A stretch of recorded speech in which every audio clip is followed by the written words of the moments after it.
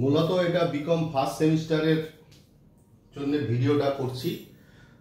এই ভিডিওটার বিষয়বস্তু হচ্ছে ইনকাম অ্যান্ড এক্সপেন্ডিচার অ্যাকাউন্ট। তো ইনকাম এক্সপেন্ডিচার অ্যাকাউন্ট একটা বিরাট পরিসর, মানে আমরা যখন ছোট ছিলাম তখন আমাদের টিচাররা বলতেন যে অ্যাকাউন্টেন্সিতে দুটো জায়গা আছে, একটা হচ্ছে পার্টনারশিপ আর একটা হচ্ছে এই ইনকাম এক্সপেন্ডিচার।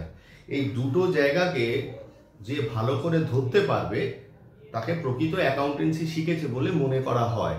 তার কারণ ইনকাম এক্সপেন্ডিচারে এমন অনেক অনেক ট্রিটমেন্ট আছে যেগুলো আজও করতে আমার অন্তত অসুবিধে হয়। বেশ কঠিন জায়গা, বিরাট পরিসর।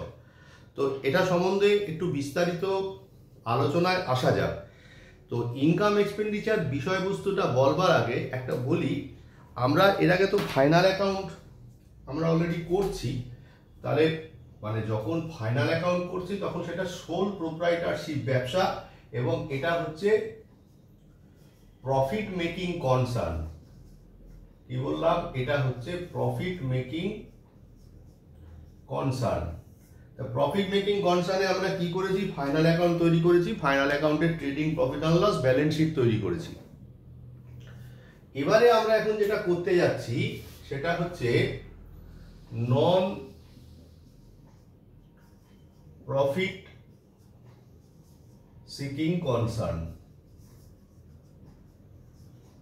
পার্থক্যটা কি? তাহলে বাঁদিকে যেটা লেখা রয়েছে সেটা হচ্ছে মুনাফাভোগী প্রতিষ্ঠান, আর এটা হচ্ছে অমুনাফাভোগী প্রতিষ্ঠান। আমি মনে করলাম যে আমাদের পাড়ায় যে ক্লাবগুলো রয়েছে, তারপরে ধর মেডিকেল এইড সোসাইটি,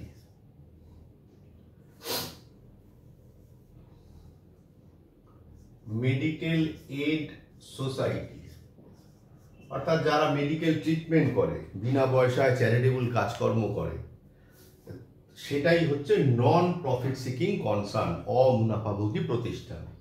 তাহলে প্রফিট মেকিং কনসার্নের ক্ষেত্রে আমরা যদি প্রফিট অ্যান্ড লস অ্যাকাউন্টের কথা চিন্তা করি, মানে প্রফিট অ্যান্ড লস অ্যাকাউন্টটা মানে সেখান থেকে নেট প্রফিটটা বেরোয়, তাই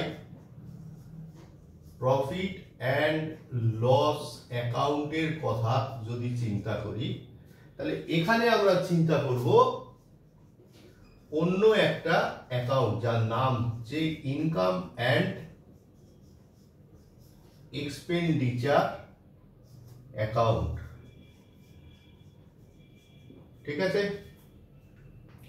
তো প্রফিট আর লস অ্যাকাউন্টের ডেবিট দিকটা কি হয়? খরচের দিক আর লসের দিক, আর ক্রেডিট দিকটা হয় ইনকামের দিক আর প্রফিটের দিক।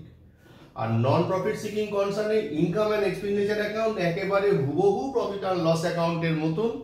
সেখানে বাঁ দিকটাতে লিখতে হয় এক্সপেন্ডিচার, মানে যেটা লস অথবা এক্সপেন্সেস সেটাই লিখতে হয় এক্সপেন্ডিচার, আর ডান দিকে লিখতে হয় হচ্ছে ইনকাম, যেটা প্রফিট আর লস অ্যাকাউন্টের ক্রেডিট দিকে লেখা হয় ইনকাম আর প্রফিট। এই হচ্ছে পার্থক্য, আর কিছুই নয়। আমাদের যখনই না ইনকাম এক্সপেন্ডিচার করতে অসুবিধে হবে তখনই আমরা একটু প্রফিট আর লস অ্যাকাউন্টের কথা চিন্তা করব। আমরা যখন প্রফিট আর লস অ্যাকাউন্ট করেছি, কোনো অ্যাসেটকে যদি পারচেস করি, মানে ধর বিল্ডিং, তারপরে ধর মেশিনারি, প্ল্যান্ট লিখে ফেলেছি, প্ল্যান্ট, এগুলো যখন কিনি, এগুলো কি আমরা প্রফিট আর লস অ্যাকাউন্টে আনি না। তার জায়গায় কোনগুলোকে আনি? তার জায়গায় আনি হচ্ছে তার ডেপ্রিসিয়েশনকে। এখানেও ঠিক তাই করব। শুধুমাত্র যেহেতু এক মিনিট,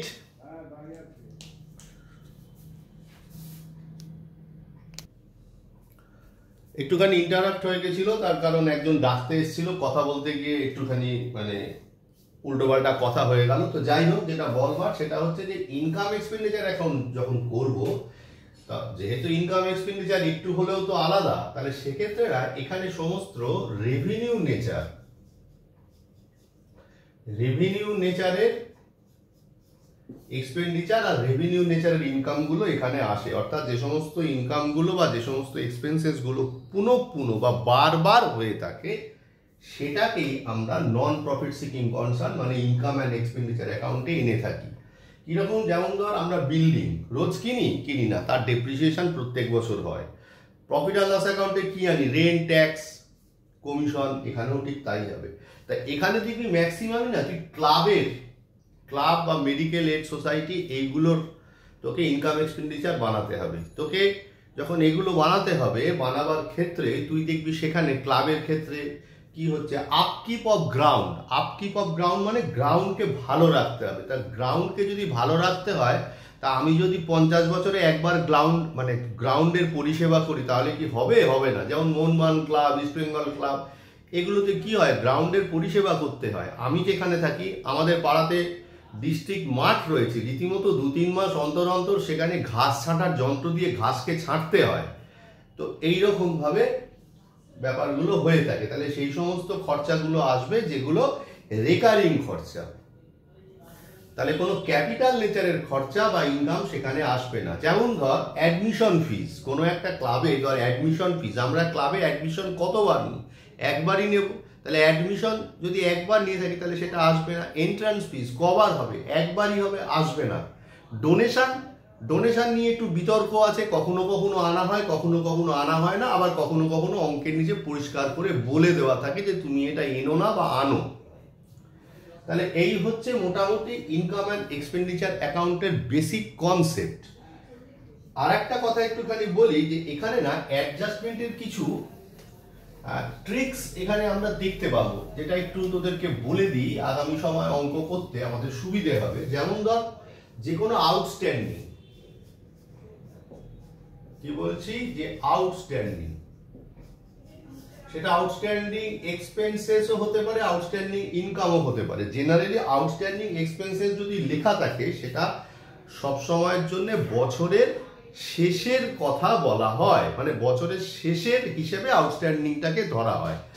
তো কি করি, যে রেসপেক্টে আউটস্ট্যান্ডিংটা রয়েছে তার সাথে যোগ করি, আর ব্যালেন্স শিট থাকলে ব্যালেন্স শিটের যদি ইনকামের দিকে হয় অ্যাসেট দিকে আনি, আর যদি এক্সপেন্সেসের দিকে হয় লায়াবিলিটি সাইডে আনি। তাহলে এটা বছরের শেষের রেসপেক্টে। এখানে কিন্তু আমরা বছরের প্রথমের আউটস্ট্যান্ডিং পাবো, বছরের শেষের আউটস্ট্যান্ডিং তো পাবোই।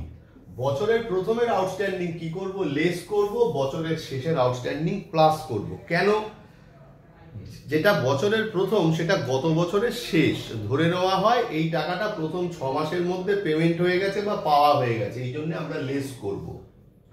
ঠিক তেমনি ভাবে প্রিপেড, তাহলে উল্টো ব্যাপার হবে। বছর আমরা প্রিপেড কি করি, প্রিপেড এক্সপেন্সেস বা রিসিভড ইন অ্যাডভান্স, এগুলো কি করি, লেস করি বছরের শেষেরটা, তাহলে বছরের প্রথমেরটা অ্যাড করব। ঠিক আছে। ওপেনিং স্টক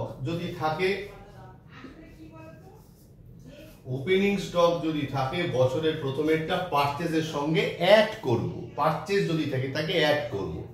আর যদি ক্লোজিং স্টক থাকে তাহলে সেটা বছরের শেষে ওই পারচেজের সাথে লেস করব। মানে এটার সিকোয়েন্সটা এরকম হবে যে কোনো কিছু কনজিউমড মানে কতখানি পরিমাণ জিনিস আমার ব্যবহার হলো, সেক্ষেত্রে কি হবে, opening stock add purchase less closing stock.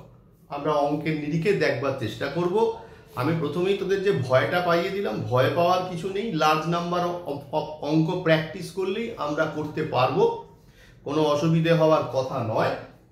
তো এই হচ্ছে মোটামুটি ভাবে ইনকাম অ্যান্ড এক্সপেন্ডিচার অ্যাকাউন্টের বেসিক কনসেপশন। যখন তুই ইনকাম অ্যান্ড এক্সপেন্ডিচার অ্যাকাউন্ট করবি দেখবি ম্যাক্সিমাম ক্ষেত্রেই তোকে একটা রিসিপ্ট অ্যান্ড পেমেন্ট অ্যাকাউন্ট দেওয়া রয়েছে। রিসিপ্ট অ্যান্ড পেমেন্ট অ্যাকাউন্ট মানে, রিসিপ্ট মানে কি জমা, পেমেন্ট মানে কি খরচ, একটা জমা খরচের হিসেব দেওয়া রয়েছে।